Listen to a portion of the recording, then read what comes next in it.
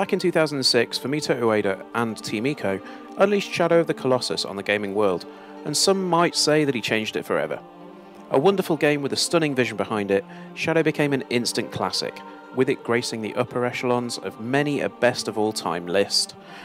It's 2018 now though, and it's time to see what Bluepoint Games, the studio behind many a remaster, including the 2013 touch-up of Ico and Shadow of the Colossus, have up their sleeves from this ground-up remake.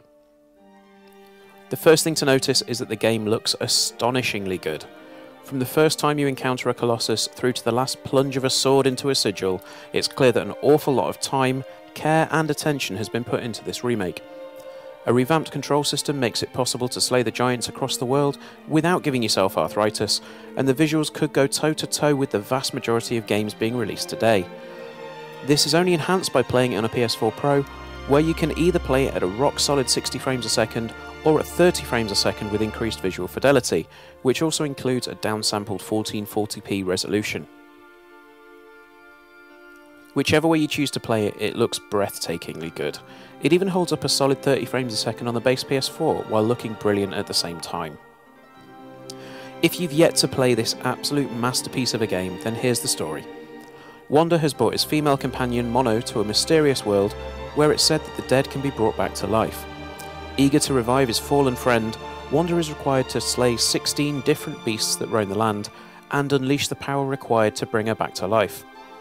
Of course, nothing is ever quite that simple, and I'm not really going to get into spoiler territory here, even though you probably should have already played the game. Technically, I think Bluepoint Games should be getting some kind of medal for this. Shadow is a game that pushed the PS2 to its absolute limits back in the day, and honestly it seemed to stretch the PS3 when the remaster came out as well. This from the ground up remake is honestly one of the best looking games I've seen on the PS4, with the exception of Wander's face. And the sense of scale that you get is nothing short of jaw-dropping. If it's your first time through the game, you're in for a treat. That first time you meet a Colossus, and the first time you scale it, up on its back, get onto its head and plunge the sword into its sigil, the sense of scale is only really rivaled by probably God of War at this point. The game is just astonishingly good. All in all, Shadow of the Colossus is a seminal game that deserves to be in everyone's PS4 collection, whether you're a die-hard fan of the original or if you're a newcomer to Team Ico's work.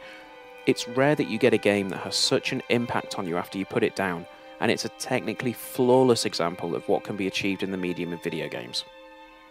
That's all from me. Please do like, share, comment and subscribe, and all of the rest of the stuff that we ask you to do. Follow us on Twitter and wherever you like. And be sure to check out our Let's Play for Shadow of the Colossus, and also our technical comparison of the PS4, the PS4 Pro, and both of the modes on there. And we'll see you next time. Cheers guys, bye bye.